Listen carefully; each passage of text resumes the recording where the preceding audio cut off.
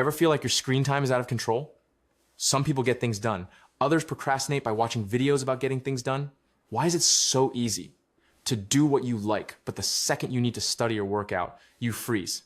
That was me. Not lazy, just stuck. Here's the twist. It was not willpower that fixed it. It was tricking my brain, making hard things feel as easy as scrolling. These steps work way more than you think, but only if you do them in the right order. So let's start with what is really stopping you. Your brain is like a moody teenager. The moment it sees chores, homework, or effort, it pushes back. That push is emotional resistance.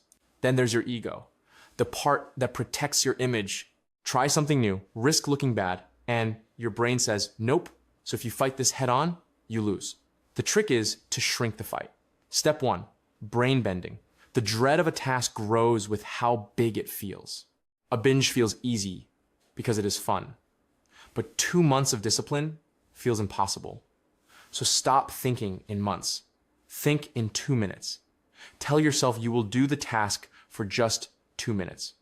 1 set, 1 sentence, 1 page. That's it. Why does this work? Because your brain stops panicking. The first step feels small. Then you reassess. 1 more sentence is not scary.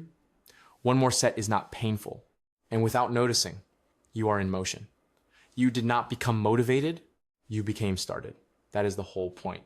Step 2, dress rehearsal. Sometimes even 2 minutes feels scary. So you do the setup only.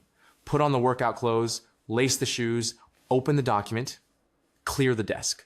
Tell yourself you are only prepping. No pressure. But once you look ready, it feels dumb to stop there. And suddenly, you are doing the thing you swore you would not do. Step 3, rewards. Mix pain with pleasure. Give your brain a reason to show up. The rule is simple. The reward comes after, not before. Finish the study block, then relax. Finish the workout, then enjoy the treat. Your brain learns a pattern. Work first, good feeling second. And it starts wanting the work. Now the ego problem. This one is sneaky. Your self-image is a shield. So change the sentence you use. Not, I need to go to the gym. Say, I'm someone who goes to the gym. Not, I have to study. Say, I'm someone who studies. It sounds small, but it changes what feels normal. And your brain loves normal. Step 4, momentum.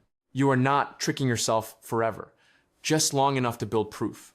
Once you see progress, motivation shows up on its own.